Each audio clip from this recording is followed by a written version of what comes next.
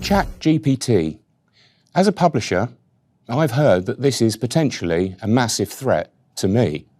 But today, I've got the opportunity to pose that question to a friend of ours for many, many years, Mr. Roland Renshaw, as we embark on yet another one of our discussions. We want to tackle a subject which we feel is really important. So, Roland, is ChatGPT the end of the world for creative content agencies? The end of the world, Andy. And do you mean the end of the world in the Terminator 2 sense of end of the world, as in Skynet has gone live and we should all be afraid for our lives? Or do you mean the end of the world in somebody who's gainfully employed writing technical copy then has a tool which apparently does your job for you and therefore puts your job at risk? It's an interesting question, isn't it? But if we look at it from the tool point of view, really, is it a threat? Okay, so from an agency point of view, I'm still scared about the end of the world. Okay. Can we loop back to that later? Yeah, okay, right. So from an agency point of view, we started looking at ChatGPT towards the end of last year. And it was one among a lot of other interesting AI projects. Now, some of the big automation vendors that we both work with on a daily basis have AI offerings.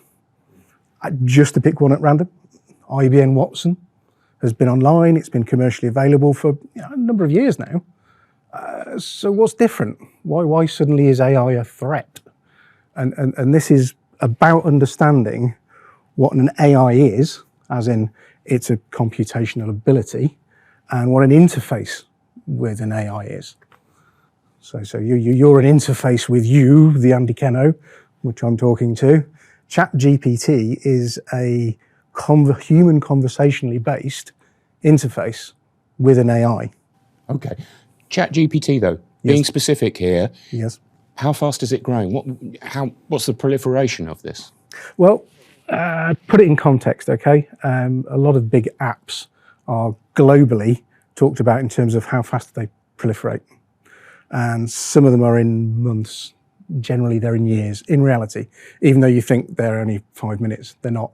What ChatGPT did was that they put a version online, and within a matter of weeks, a couple of months, they reached capacity for the amount of conversations and the amount of actual traffic it can do. That happened very quickly. Why did it happen quickly? Because it was easy to use. It was easy to understand. You just ask it a question. Now, in terms of proliferation, it got very busy very quickly. In terms of commercial proliferation, they said, and this happened while I was sat at my desk, there was a message went out and said, there's a premium version. It's available at $20 a month. We'll have to check. You can look it up, how many users they set the bar at $20 a month. A couple of million, something like that. Now, it took about 3 hours, I think, to go from a message that landed on my computer to say, hey, Mr. Renshaw, if you want to continue using this tool, better give us $20 a month. And I was like, oh, okay. I pressed the button. 40 minutes later, there were no more places left. Right. It's pretty serious, isn't it? Really. Let's get back to the end of the world. Mm-hmm. There is fear. There is a lot of concern about this. So what could it do? Well, if you're going to talk about AI in general and ChatGPT as a resource for lots of people to ask similar questions and get answers based on some content you've given it. Now, ChatGPT, I don't know whether the audience is aware, but in terms of an AI interface such as that, you have to teach it things. So it's not born with all the knowledge in the world. So what they did was they said, okay, you've got access to the internet up to a period during 2021.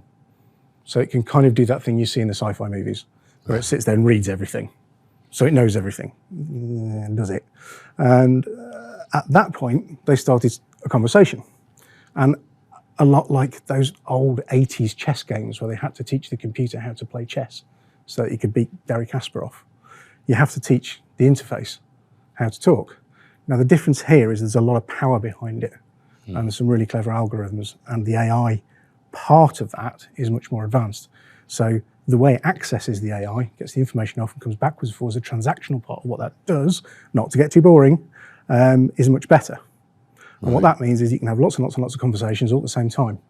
It also means you can load, I don't know, 20,000 words of, or no, probably not that many, I think there's a limit to it, a couple of thousand words of research onto it and say, write me an essay.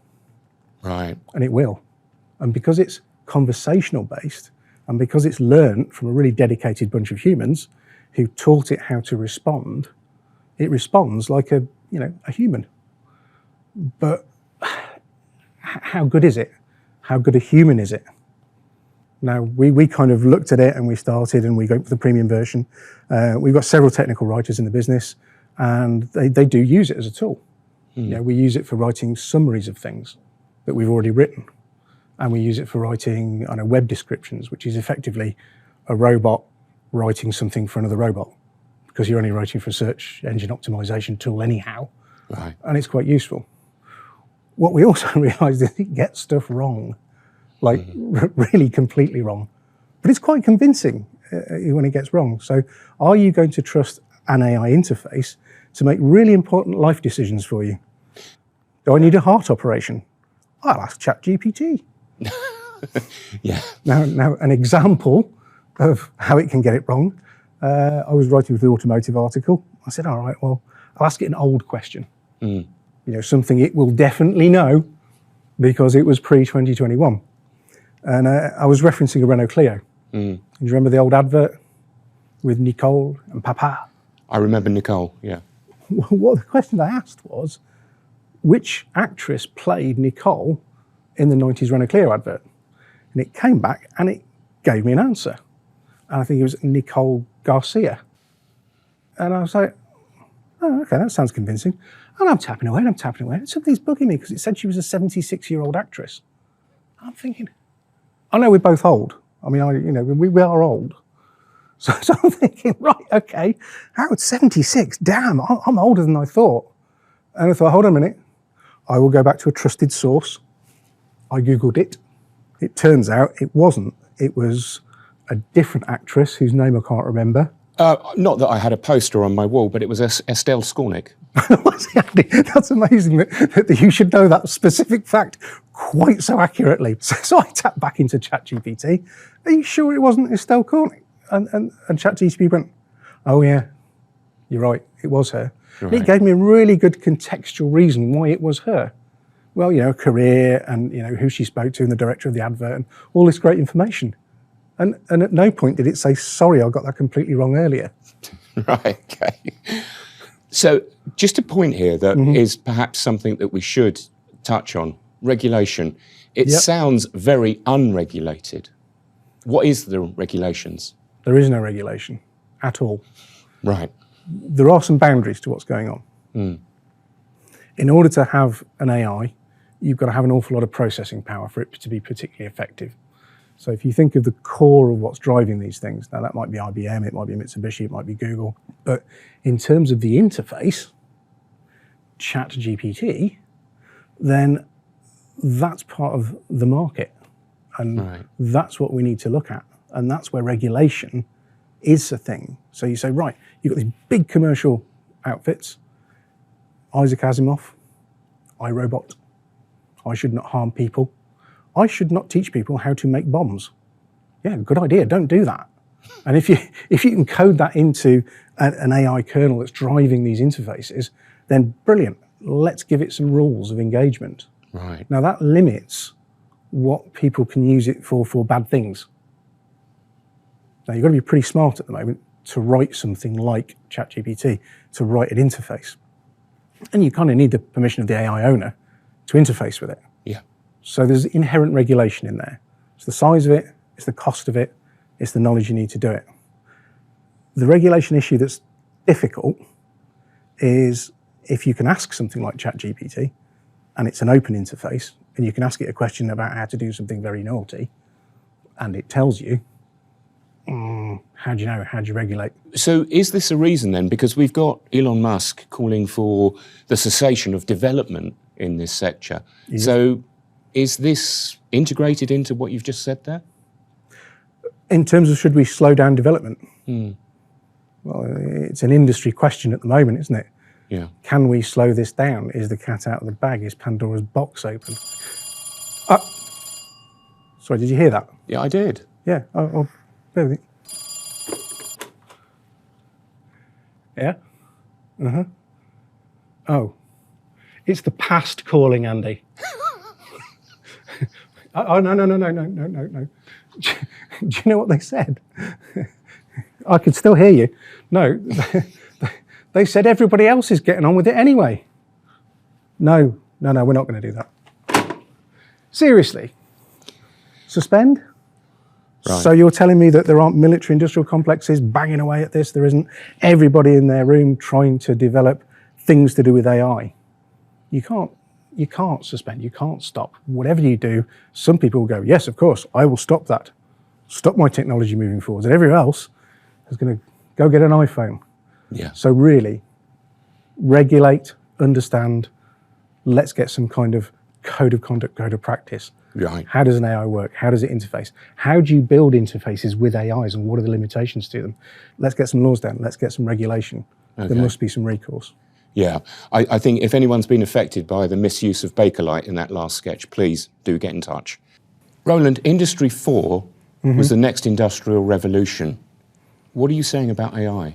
Now, I'm actually saying that Industry 4, love it or hate it, is a description of things that are going on. It's an amalgam of events.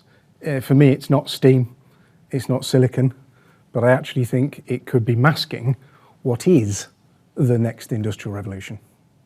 And that was AI. Right. You've been talking about AI in the magazine for a long time. Yes. We've been writing about AI for a long time.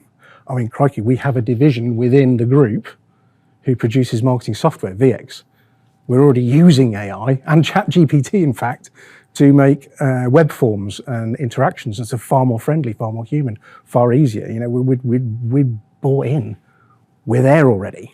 That's a pretty major statement. That's quite an important thing. I recorded a podcast a while ago, and the thing that I said at the time was that what was going to make it different was proliferation. You know, how fast was it going to happen? You know, steam spread out of 50, 100 years. Silicon, 20 years. And I actually said back then, when AI really hits home, it's going to proliferate in a matter of weeks. Wow. Turned out it was hours. Yeah, that's pretty major stuff. That's pretty major stuff. I think there's a lot in this, and I think there is a lot more that we could go into, and there's a lot of aspects of this which are going to develop and evolve. Really, when it boils down to it, the bottom line to all of this is that this is not a subject that any of us can choose to ignore. Certainly for myself as a publisher, it's going to have more impact. But there's some interesting points that Roland's brought out today.